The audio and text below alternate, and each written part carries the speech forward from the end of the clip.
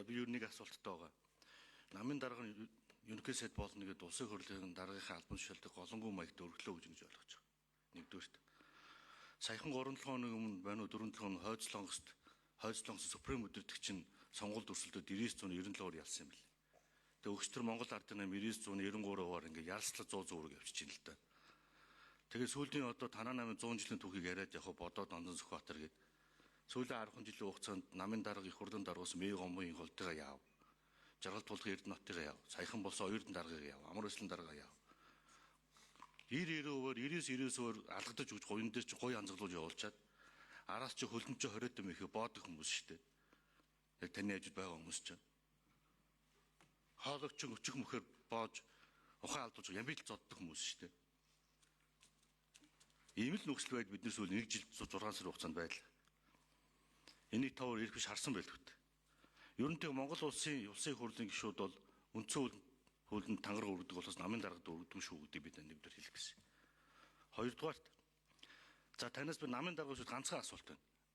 Өчтөр бүтэнсөө өдөр танаа баг хурал оролдлаа. За тэгээд танаа баг хурлын гадуур 0.0 Дорнод аймгийн засаг даргын машин, 0.02 Иргэдэн хурлын засаг даргын машин, 0.01 Дархны засаг даргын машин, 5678 Марангаай засаг даргын машинууд танаа намын байрны гадаа бүтэн ирэлт би тэрээр алхаж яваарал. Өчнөө аймагуд. Намын хурал яагаад төрийн машиныг унж ирээд төрийн мөнгөөр бензээ гэдэг. Энэ өөрөө ёс зүйн зөрчил мөн үү? Бүтэнсөө өдөр төрийн алба ажиллаагүй. Зөвхөн танаа намын бүлэг оролцсон. Танаа намын баг хурал оролцсон. Яагаад төрийн машинаар төрийн мөнгөөр бензээ ижрээд намын уралд оролцоод байгаа. Та энийг надад яг намын дөрөв хариулаад өгч надад ганцхан ийм л асуулт.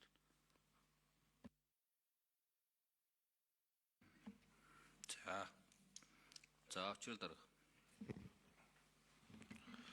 За хуулийн хүрээнд л үйл ажиллагаа явуулж байна.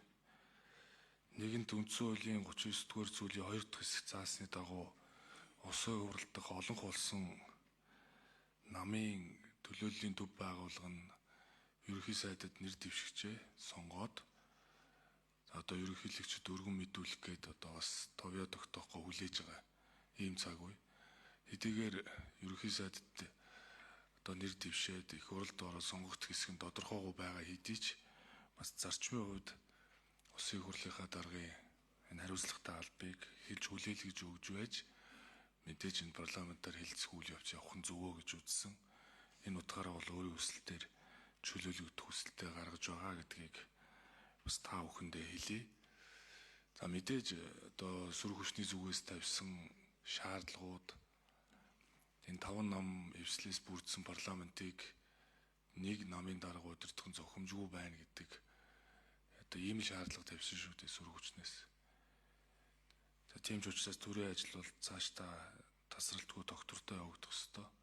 Энэ утгаараа намын баг хурал уралдаад ийм улс төрийн шийдвэр бол гаргасан хэрэгхийг мэдээж их хурал шийднэ.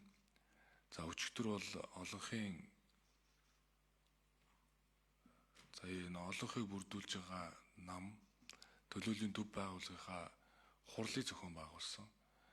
Аймгийн засаг дарга, хурлын дарга нар бол улс төрийн албан тушаалтнууд. Тэгэхээр улс төрийн албан тушаалтнууд учраас мэдээж намынхаа баг хуралд оролцох ёстой. Тэгээ 3 дугаар сарын 1-нд бол бид нар албан тушаал сандал суудал ярих биш бодлогын оротуудынхаа хурлыг сонсож мөрийн хөтөлбөртөө үнэлгээ дүгнэлт хийсэн. Олон хулсан нам бол өөрөө засгийг бүрдүүлж байгаагийн хувьд засгийн газартаа болоод улсын хурал дахь одоо бүлэгтээ цохих одоо чиглэлүүдийг өгөөд үнэлгээ дүгнэлт хийгээд урагшилж ирсэн. Ийм л одоо манай нам бол юм системтэй нам. Тэгэхээр энэ зарчмынхаа дагуу бол бид нэр өчигдөр баг хурлаа зохион байгууллаа. Тэгээ аймгийн удирдлагууд бол Улаанбаатар хотод хуралдаа оролцох гэж ирэхдээ одоо унжгаа машинтайгаа л ирнэ шүү дээ. Тэгэл одоо хуралдаа суугаад өнөөдөр бас чинь нэгдүгээр өдөр Улаанбаатар хотод бас одоо хурал зөвлөгөөнүүдэд оролцож бас салбарын хэд хэдэн одоо сайдуудтай уулзаж ажлаа амжуулаад буцнаа л гэсэн ийм л одоо хүлээлттэй байгаа шүү дээ. Тэгэхээр танаа одоо намч бай, альч нам бай энэ төлөөллийнхөө төв байгууллагын хуралд улс төрийн албан тушаалтууд нь сууж мэдээлэл сонсож за бас үүрэг даалгавар чиглэлийг бол тэр одоо баг хурлаасаа авч мөрийн хөтөлбөрөөр биелүүлэх чиглэлээр бол ажилдаг ийм л одоо зарчим шүү дээ. Тэгэхээр аржсан оронд төлөөллийг бол мэдээж нам нь өөрөө бүрдүүлдэг. Тэгэхээр нам нь өөрөө хариуцлагатай байх ёстой. Тэгжиж цаашаа бол төр хариуцлагатай ажиллана. Тийм учраас намын даргын хувьд бол өчигдөр баг хурал дээр одоо шат шатны албан тушаалтнуудаа, сонгуульт албан тушаалтнуудаа бол үүрэг даалгавар өгч хариуцлагатай ажиллахыг одоо сануулж ийм л одоо баг хурал боллоо шүү дээ.